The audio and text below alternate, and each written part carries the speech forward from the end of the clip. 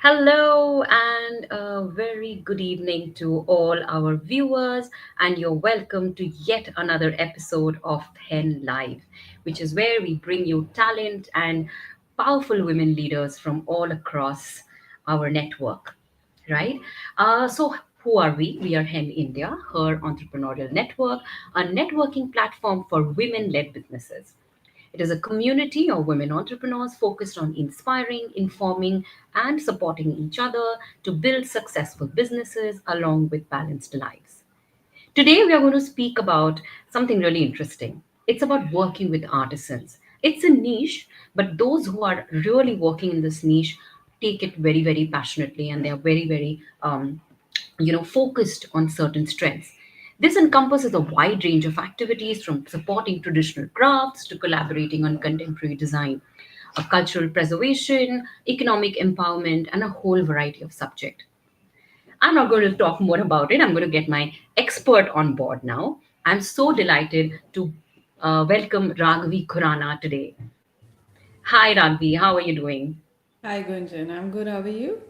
I am doing very well, thank you. Raghvi, give me a moment till I introduce you a little more to our audience today so they know very well about who you are and what you're going to bring to the table today, right? So, friends, Raghvi Khurana is a design strategist and a cultural enthusiast based out of Delhi. She launched Nazariya in 2016. A believer of Edward de Bono's philosophy and inspired by the quote Vasudeva Kutumbakam, the world is one family, Raghavi has developed herself into an entrepreneur, researcher, and a creative thinker who works very closely with master craftsmen in an endeavor to get them respect and the awareness that they deserve. Raghvi is a prolific person with her first book published in 2011, and she also bagging an award for the best unique e-commerce at Digital Women Awards in 2017. Welcome, Raghvi, to our platform, and I'm so looking forward to our conversation today. Thank you so much for having me here. I'm very grateful and I'm very happy to be here. Absolutely, a pleasure. Raghvi, if you can, before we start off, tell us a little bit about how did your journey with artisans begin? What continues to draw you to this purpose, and what is Nazariya really all about? Sure. So I started, or Nazariya started its journey in 2016 actually. Yes. It's an interesting story. This was when my uncle, who's been a documentary filmmaker for over 40 years, at IGNCA, he came up to me and he said that he wanted to work for the indigenous cultures as well as in indigenous art forms because he's worked with artisans and he's done a lot of documentary filmmaking. So he Right. used to tell me, why don't you be the hands and I'll be the brain? Let's do something Oh, together. wow. And Yeah. that's how it actually started. So I started working with him and we started spreading awareness on traditions and cultures and art forms. But over the years, through ethnographic research and through working with artisans, I kind of developed an emotional bond with them. Wow. I also realized the harsh reality of these artisans. Um, I realized how much effort do they put into their craft, and they're not being respected for the work that they do. They're not being given the credit that they deserve in the market today because people are just a lot of middlemen, a lot of people are just using them. So I realized that. I also realized that their children are Mm, not willing to continue these art forms, and therefore they will die with this generation itself. mm, Um, and they don't want to continue because there's not enough money correct. in doing these crafts or doing these fine art paintings. So all these things really hit me, and I think these have become my motivation factor, and these are basically what motivates me, and I really want to bridge the gap between the rural artisans as well as the urban young audience who's willing to work with artisans, who's willing to explore the Indian culture and tradition, but just don't know how to.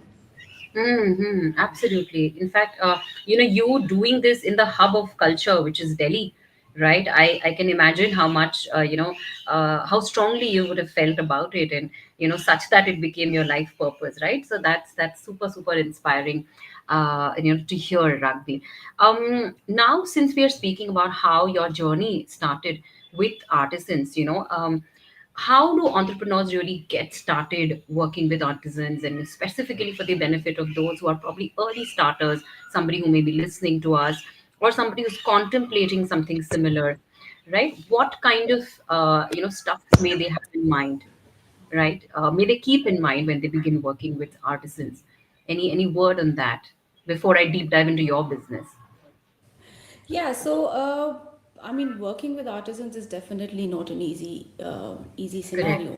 Definitely Correct. not. And that's primarily because, mostly because we come from a very different economic background. We come from a very different Yes. cultural background. When I say we, I mean people living or youth living in the urban cities, per se. Correct. And Correct. artisans are usually living in the rural parts of India. Most of these artisans and traditional artisans, because we only work with that, and I can only give you that experience, Mm. are Mm. on an average at the age of 55 to 65 years old. They've been Mm. doing their crafts since they were children. So they've been doing it since they were 5 years old or 7 years old, and that's all that they know how to do. That's all that they Mm. know how to survive on.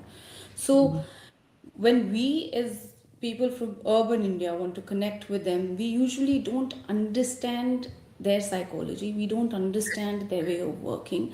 Mm. And that is where there is a very constant gap and there's a very constant divide between working with them, and it becomes very tough for us to connect with them, to build a Mm. relationship with them, and then thereafter actually make sure that and to actually have a healthy working partnership relationship Mm.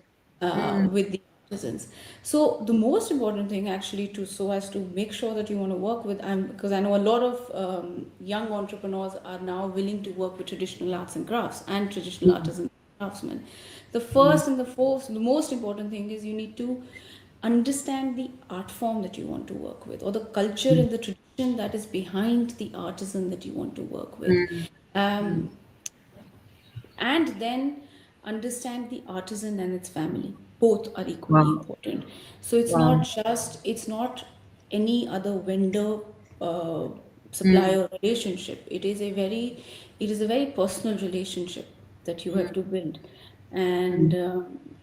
so in that case it is also very sorry. So, yeah, so Mm. you have to basically make sure that you work with artisans in a way that you understand them. So, for instance, if you want to work with Pattachitra, for Right. instance, Right. or say if you're a fashion designer, I'm just giving you a random example. If you're a Yes. fashion designer who wants to uh, do something with the artisans, who knows that they want to have come up with a collection with the artisans, but they don't know which art form to work with and they don't know which Mm. artisan with. So the Mm. first thing you have to do is identify the art form that resonates with your target audience. That's very Sure. important. Sure. For instance, that's say Mm. Patach, which is from West Mm. Bengal. Now there are two types of Patachas. There's one from West Bengal and there's one from Orissa, Odisha. right? Mm. So Mm. you choose the art form that you want to work with, which is obviously the aesthetic part of it. That is the first Right. thing. But Right. apart from that, you then have to understand their culture. So if you do want to Mm. work with, say, Patachitra from West Bengal, you Mm. should go to the Naya village in West Bengal. You should meet Wow. the artisans there. Ethnographic research is extremely important. You Mm. should Mm. talk to them, understand their lives, understand the way they think, and then work with them as partners, add value to them, and then respect them, which is extremely important as well. So you can't do this over the phone. You can't say, you know what, Right. I have a design and it needs to be sorted, and so can I just Mm. do it over the phone? Sorry, there's a technical glitch at my That's end. okay. Don't worry. Mm-hmm. Um, Mm. but yeah, so you can't just do that. You have to go and meet them and explain to them what you're looking at. They're always open to new ideas for sure, but Mm. you have to respect Mm. them, understand where they're coming from, Mm.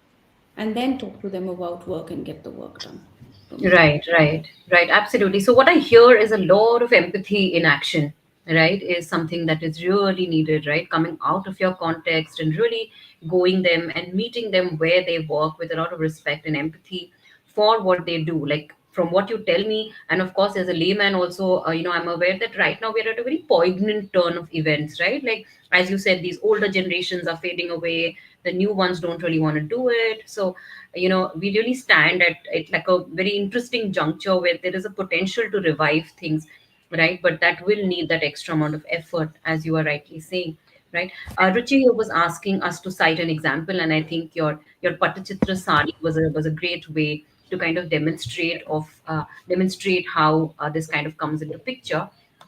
I hear Vinny say a hi. So, hi, Vinny. If you have any questions, feel free to drop them to us. Right. I'm thoroughly enjoying the conversation. Also somebody who really appreciates and understands art. So, I went.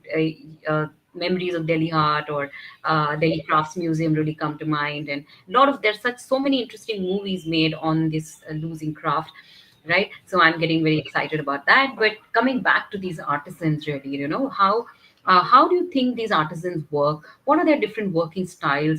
Going by your experience of having met so many of them and possibly helping, a new listener, warming them up a little bit before they approach artisans. I think one important thing that you said is that, no phone conversation, or at least, no major phone conversations, right? Really going there, meeting them. Also, I'm assuming, understanding their cultures and stuff like that. So, what are really their working style? What cues can you give our listeners? So, I mean, so as to understand their working style, you also have to understand, like I said, their psychology, and what they've been experienced. So, they've usually, with the urban audience, they've had very bad experiences because of middlemen coming in, because of a lot of artists coming in. They've So what has happened over the years really is that people have misused artisans, and middlemen have misused artisans extensively, where they've taken a product or a service from the artisan, and without giving any credit to the artisan whatsoever, they have sold it in the urban or the global audience at say 10 times the rate. So or the other thing that has happened is that they have or people from the urban part of the country purpose, they have given them hope, have promised them a particular lifestyle, have promised them a particular kind of business, and then actually just disappeared. So they've been used way too many times in their life, so they're very, very, very careful. They're very guarded, extremely guarded. And especially the minute you say you're from one of the urban cities, their guard just goes up. So I can imagine. I mean, the first and the most important thing for you to work with them is um, you have to make sure that you are honest with yourself, and this is not Sure, just a transaction for you. sure. um, your purpose and your value has to be very clear. If you are willing to contribute to the lives of artisans and contribute and add value to them, then only would you be able to successfully work with them in the long run, and happily work with them in the long run, right? Otherwise, there are multiple options anyways in the market today. But if you truly believe in contributing to the lives of the artisans, that is extremely important. So the first thing is to actually be true to yourself about it. Wow. And then the second thing is to actually then talk to these artisans, and you have to build that relationship and explain to them over a period of time. It doesn't happen overnight. It took me Mm, 6 years. I work with a pool of 20 artisans now. And touch wood, I have a very close relationship with all of them. It took me 6 to 7 years to get there, wow. right? Mm, Um, so it's very important to give them the respect, give them the credit that they deserve. Also, don't give them false hope.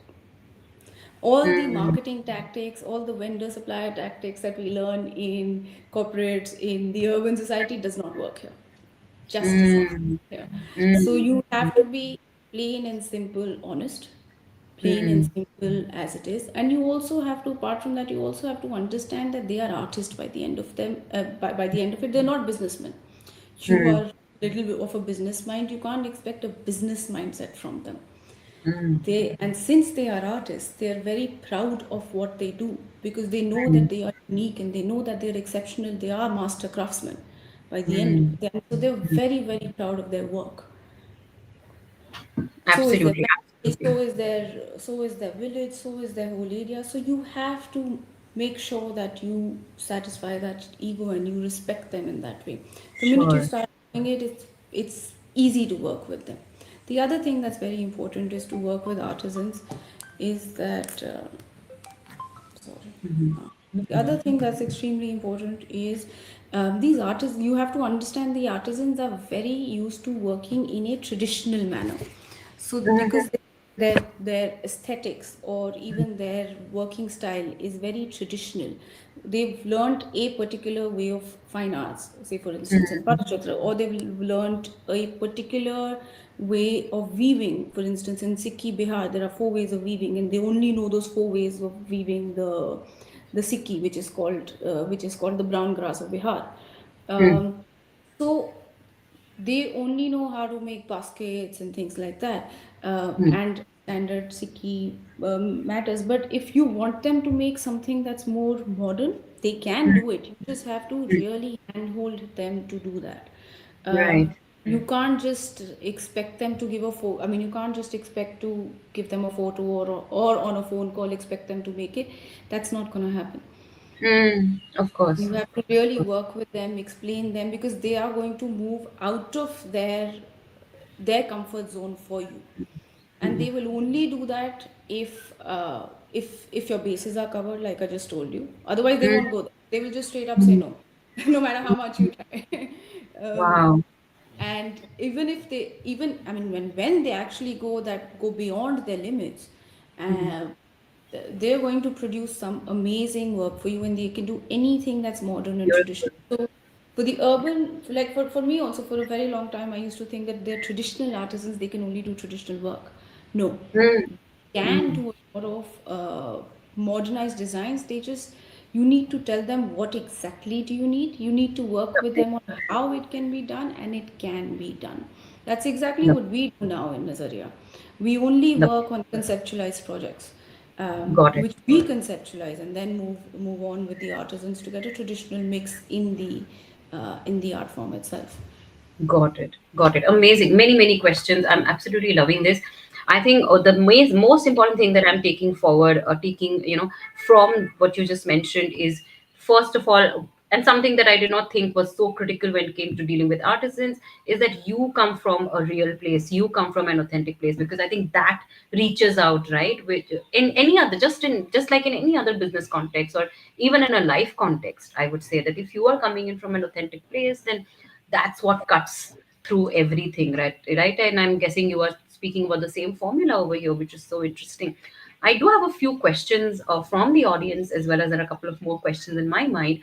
So Ruchi has a very interesting question. She has asked, how was it to build your relationship with the first few artisans that you worked with, and how has is that different, compared to when working with artisans versus working with, let's say, our day-to-day teams that we work with? One thing, of course, I can tell you, say perhaps from what you're saying, is that they are far more sensitive people, and they're far more, as you said, they're artists and not really businessmen, so their ways of working are different. But yes, if you can share with us, how it was for you to work with the first few artisans, what were your learnings from there, and how did it take off, would be great. So interestingly, the first few artisans that I started working with in 2016, I'm still working with them. Oh, lovely. Mm, So, and now they're like family. It's like that.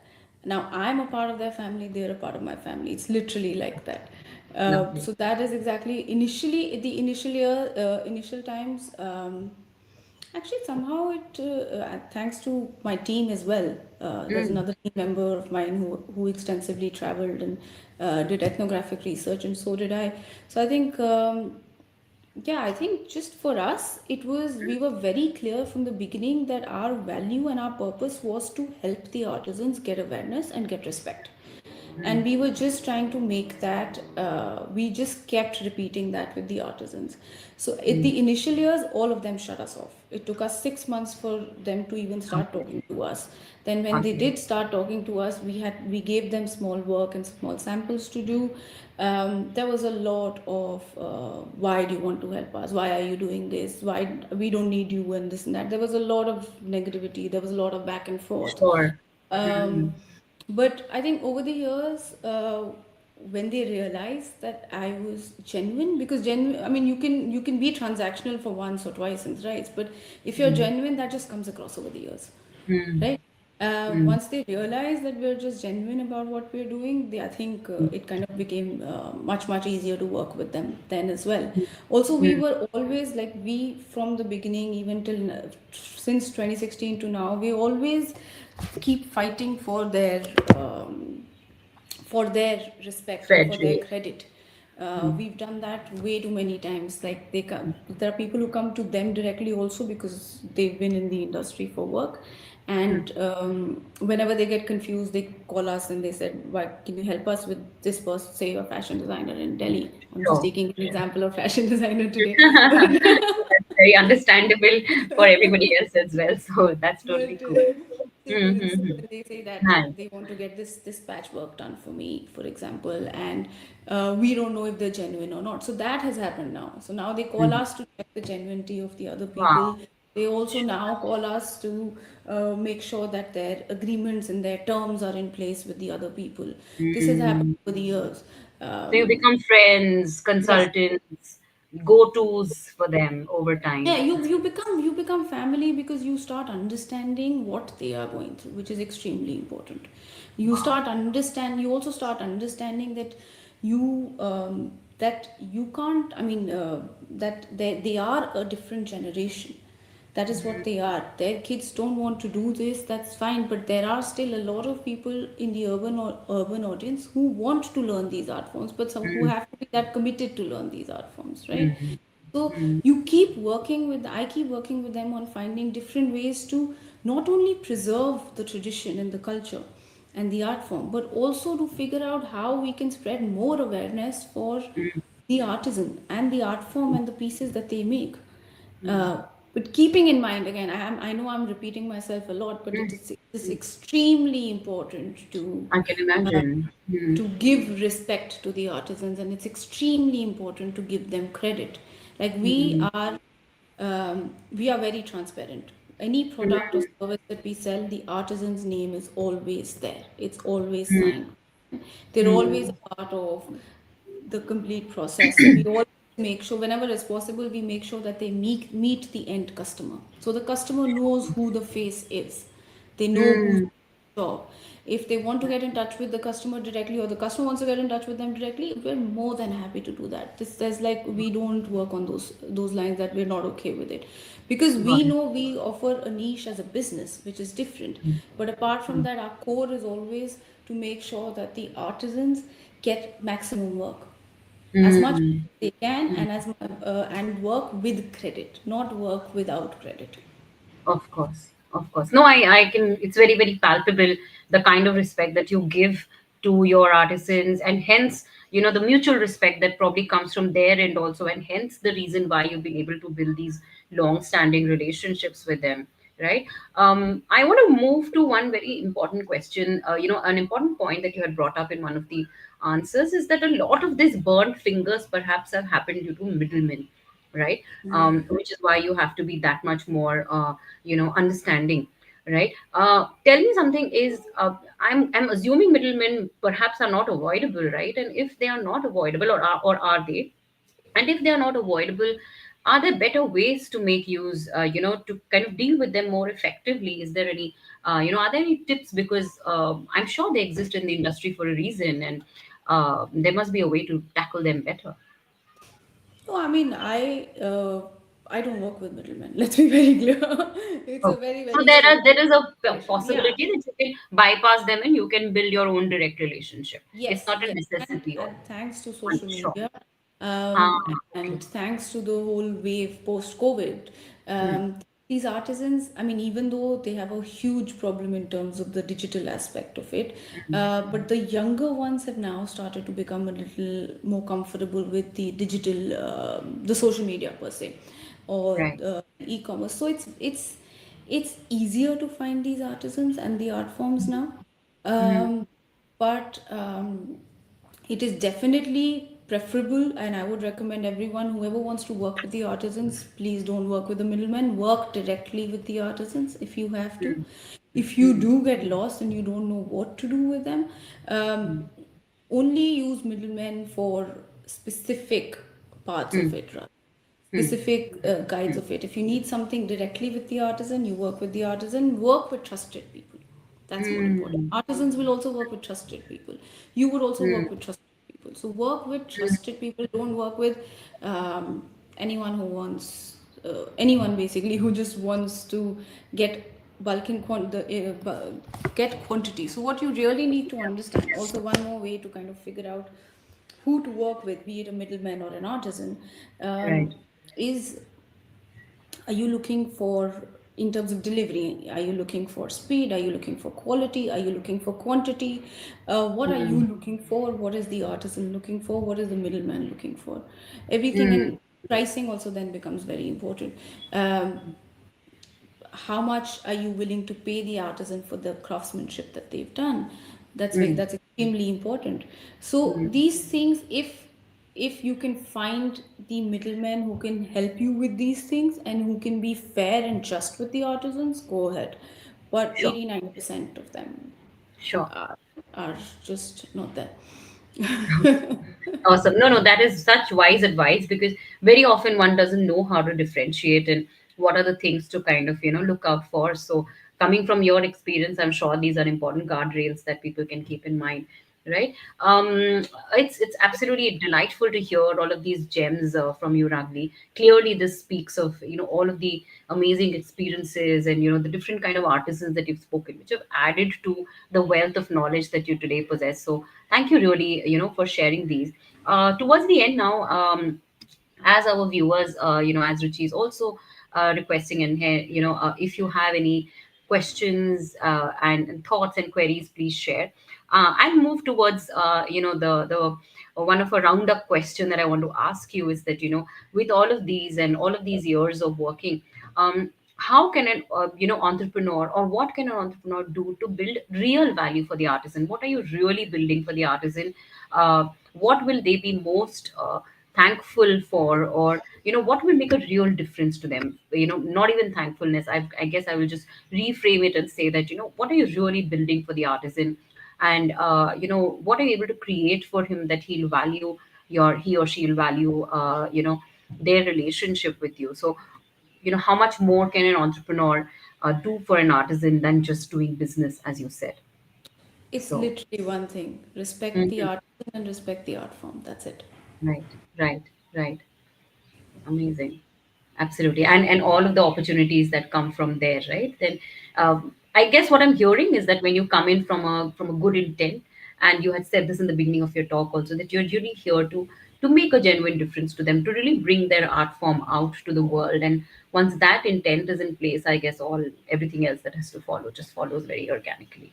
Yeah. Right? Yes, respect the artisan, respect the art form is a very, very important takeaway that I think we are getting from you. Amazing. And the last one before I kind of close, Ragbi, how is the future of Nazariya looking for you, and what are the new exciting things that you're on to? Whatever you can share with us.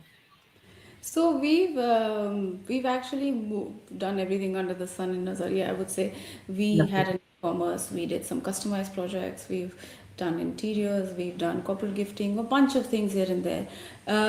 Because, like I said, we just wanted to try our hand at everything, and we wanted to see where the artisans can be reached, and we've done all that and um, realized that everyone in the urban audience thinks that traditional art forms uh, can only be used or can only be taken, or the products or services can only be can only be utilized for them if they are traditional, if they are Mm, 100% traditional. For instance, if there's a hundred if there's a Indian restaurant, then only mm, can Indian art forms be, or home decor products of Indian art forms can like showcase there, which we realized is a mindset that now we're trying to change. So that's exactly what we're mm, kind of focusing on, where we are working on conceptualization, on bridging the gap between the modern and the tradition, mm, and the traditional. We do that through three things. First, we've continued to do interior projects,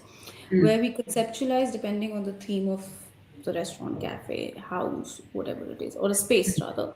mm, We conceptualize depending on what the client is thinking, and then we mix. two or three different traditions and art forms together, Hmm. and we come up with a one-off interior design piece, which we then install in either 2D or 3D on the Beautiful. walls of these spaces. So that's one thing that we do. Apart Hmm. from that, we're just starting out in the sustainability sector, where we are Yes. taking Hmm. old furniture and Hmm. we're refurbishing that furniture into Hmm.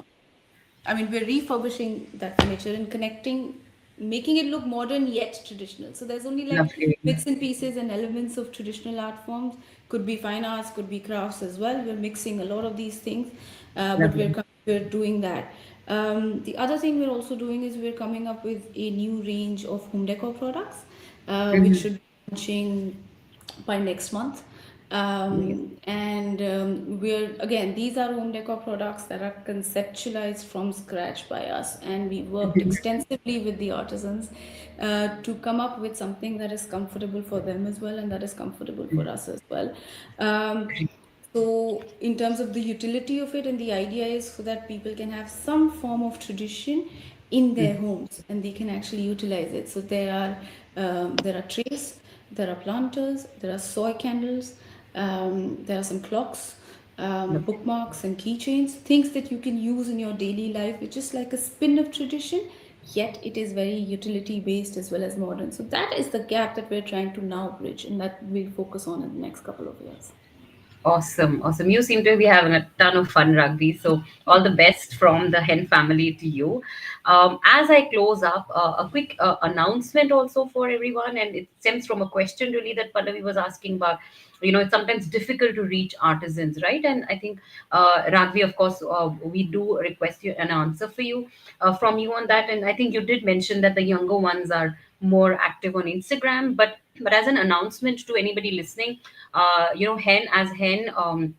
There are regular networking meets with artisans that have started, and the next one is in April. So do watch out for that, and it directly brings them into touch with artisans, which surely helps their businesses. Rugby, any tips from you on that? How else to reach these artisans? Yeah, also identify artisan clusters in the Mm, country and go and meet them. Try and not mm, do this over a call mm. or Yeah, online. yeah, There are artisan clusters for every kind of traditional art form and every variation of traditional art form across the country. Identify those clusters. Uh, lovely. Go there, meet them, Yeah, then find your connect. Find which artisan do you think you want to work with. Don't raise yeah. competition. Work with one artisan. Commit to one artisan per art form, Mm-hmm. ideally, rather than raising competition, working with 20 artisans per art form. So Nice. that's the best way to do it. But Hen has also started, like she said, Hen has started Mm-hmm. in collaboration with Bangla Natak. Hen is doing some really amazing ways that you can directly connect with the artisans, so you can do that as well. Amazing, amazing. Ragvi, very, very important insights, very obviously very lived insights, which is the most exciting part of my conversation with you today. It has been an absolute pleasure having you. Any last thoughts from you before we call it a close from our audiences? How was the experience for you, and any last words for those who are looking to expand or begin businesses with artisans? No, I mean, I'm just going to say thank you so much for having me here. And thank you so much for listening to me for 30 minutes. Not at all, pleasure. It was so full of gems and insights that I thoroughly enjoyed the experience. And I Right? am like full pro artisan, so I'm just going to keep saying that again and again. But Awesome. Yes, as it's I said, yeah. No, I was just saying that the passion is very palpable. So yes. yeah, no, it's very easy to work with artisans. Don't stress about it too much. Really, just be genuine, be yourself. It's like building a relation with anyone. It's like having a family member. It's as simple as that. But you have to understand where they're coming from, and you have to have a genuine reason to work. Do not work with them if you want to exploit them. Sorry for being direct, but that's exactly what happens most of the time. Yes, no, absolutely beautiful advice. As I said, very, very lived advice, which is why it sounds all all authentic and all real. Thank you for giving us your time today, Raghvi. It was an absolute pleasure. To everyone else, my name is Gunjan. Happy to be here today, and it was a very exciting experience for me also. And until next time, bye everyone, and take care. Bye. Thank you.